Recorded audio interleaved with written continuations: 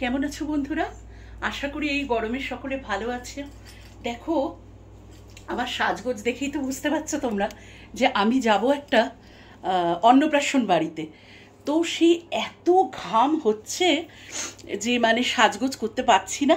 তো ওই সাজগোজ একটু কমপ্লিট হতে না হতেই মনে হলো ওই আমাদের যা কাজ, ঢেকি তো স্বর্গে গিয়েও ধান ভাঙে, তো সেরকম আর কি মনে হলো যে একটু সাজগুজু হয়ে গেছে। এই যে একটা সিল্কের শাড়ি এই গরমে, আর খুব গর্জাস শাড়ি আরও গরম লাগবে, তো সেই জন্য মনে হলো যে একটু ছোট্টখাটো যা ঘরে পরে থাকি, খালি এই যে একটু পলাটা চেঞ্জ করলাম।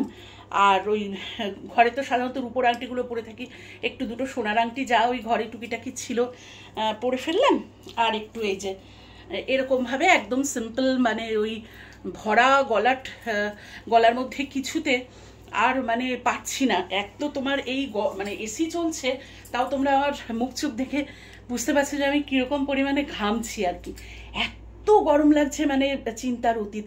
শাড়ি পরলে আর দেখবে কোথাও যখন আমরা যাই না, তখন কিন্তু আমাদের গরমের পরিমাণটা দ্বিগুণ হয়ে যায়। দেখো, এদিকটা এলে আসলে আমাদের এসিটা এমন মুখ করা আছে যে এই দিকটা এলে আমি একটুখানি ঠান্ডাটা পেতে পারি আর কি। তাই ওই ক্যামেরাটা নিয়ে একবার এদিক একবার ওদিক করছি, যে কোনো সময় আবার ক্যামেরাটা টাল খেয়ে পড়েও যেতে পারে আর কি।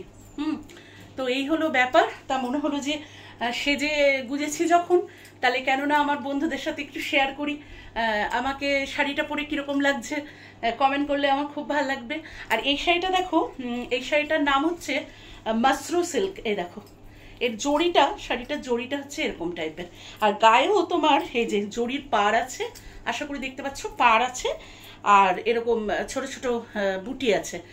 যদিও এটা শাড়ির অ্যাডভার্টিজমেন্ট নয়, অ্যাকচুয়ালি নেটে আমার এক বোন আছে, সে খুব সুন্দর সুন্দর, খুব রিজনেবল দামে শাড়ি রাখে। সে তো মানে আমি না বললেও, মানে আমি যদি বলি একবার মুখ দিয়ে বের করেছে যে এটা পছন্দ হয়েছে। সে আমি ব্যাঙ্গালোরে ছিলাম এবছর পুজোতে, 4 বছর পুজোতেই তোমাদের সাথে শেয়ার করেছি যে আমি ব্যাঙ্গালোরেই থাকতে হচ্ছে আমাকে। তো তখন ও মানে কোনো কথা শুনিনি, যত বলছি আমি ব্যাঙ্গালোরে আছি, আমার শাড়ি পরা হবে কি না তার নেই ঠিক। ওই ব্যাঙ্গালোরে একটা গাজরিও নিয়েছিলাম পুজোর সময়, ওই গাজরিটাই পরেছিলাম, বরণ টরণ করেছিলাম। যারা আমার পুরনো ভিডিওর সাথী তারা তো দেখতেই পেয়েছো। আর একটা শাড়ি ওই অষ্টমীর অঞ্জলিতে দিতে গিয়েছিলাম। আর কোনো এতগুলো যে শাড়ি কিনেছি একটাও পরা হয়নি, সবই নতুন সালোয়ারই ভেঙেছে। আর এই মাসরুটা, যার জন্য তোমাদের একটু দেখাচ্ছি, এই যে দেখো আঁচলটা কি সুন্দর, এই মাসরুটা খুব সুন্দর শাড়িটা আর কি, মানে খুব সিম্পলের ওপরে একটা ব্রাইটনেস আছে। সিল্কের শাড়িগুলো এইরকম গরমে নেমন্ত্রণ থাকলে, একটা বিয়ে বাড়িও নেমন্ত্রণ আছে, সেখানে জানি না যেতে পারবো কি না, সেটা অনেকটা দূর।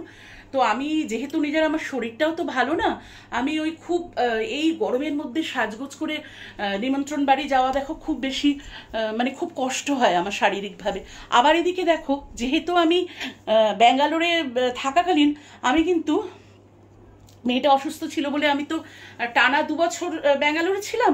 এবার এমনই আমার মানে খুব রাগ হচ্ছিল যে 2024-এ আমাদের সমস্ত রিলেটিভদের মানে বিয়ে বাড়ি, যেগুলো আমার নিমন্ত্রিত মানে হয়েছিলাম, আমাদের সমস্ত রিলেটিভদের বিয়ে ওই ঠিক তোমার 2024 সালের জানুয়ারি মাসে হয়েছিল, যখন নাকি আমার মেয়েটার অপারেশন হবে। মেয়েটা খুব অসুস্থ, মানে আমার কোনো আসার কোনো উপায় ছিল না। যদি আমি মানে তারপরে যদি বিয়েবাড়িটা পড়তো, তবুও আমি মেয়েকে নিয়ে একটু এসে ঘুরে যেতে পারতাম। তো সেই কারণে খুবই আর কি তখন খারাপ লাগছিল যে এমনিতেই কোথাও যাওয়া হয় না। আর আমি যেমনটা তোমাদের বারে বারেই বলি যে আমার কিন্তু একেবারেই কোথাও বেরোনো হয় না, যেহেতু খুব বেশি আমি একা একা বেরোতে স্বাচ্ছন্দ্য নই, মানে স্বচ্ছন্দ নই, সেই কারণে আমার খুব কি বলবো যে কমফোর্টেবল লাগে না আর কি একা একা বেরোনো। আমার অনেক স্কুলের বান্ধবীরাও যার জন্য খুব রাগ করে, সবাই বলে যে তুই আসিস না, তুই কোথাও জয়েন করিস না। কি করব, মানে আমার ওই বেরোনো, মানে বেরোনো শব্দটা শুনলেই যেন আমার মাথার উপর একটা বাজ পড়ে, এরকম ব্যাপারটা। তো যাই হোক, দেখো এখন আর ভিডিওটা বাড়াচ্ছি না, আবার ওখানে গিয়ে অনুষ্ঠান বাড়িতে গিয়ে একটু ক্যামেরাবন্দি করার চেষ্টা করব। আর ছবি তো তুলবই, তোমাদের তো ছবি শেয়ার করবই, আর রাস্তায় যেতে যেতেও যদি একটু পারি একটু শেয়ার করব। তো দেখো এত ঘামছি, তোমরা আমার মুখ দেখে বুঝতে পারছো যে এসি চলছে, ফ্যান চলছে, তবুও আমার এইরকম ঘামের লেভেল। তো আমি জানি না আমি মানে অনুষ্ঠান বাড়িতে পৌঁছানো অবধি আমার মানে এই সাজগোজ কোথায় গিয়ে দাঁড়াবে। হয়তো দেখা যাবে যে আমি মানে একেবারেই সে কি বলবো, কোনো আর সাজগোজ কিছু অস্তিত্ব নেই, এরকমটাই হবে মনে হচ্ছে। তো দেখো ওই শাড়িটা পরেছি বলে মনে হলো যে একটু আমার বন্ধুদের সাথে শেয়ার করি, যেহেতু দেখো আমরা একে অপরকে সব রকম কিছুই শেয়ার করি, সেটা রান্না হোক, গান হোক, আমাদের জীবনের নানান কথা হোক। তো ঠিক আছে বন্ধুরা, তাহলে এখন এই অবধি রাখি, আবার নিমন্ত্রণ বাড়িতে গিয়ে তোমাদের সাথে দেখা হচ্ছে। Tata, by.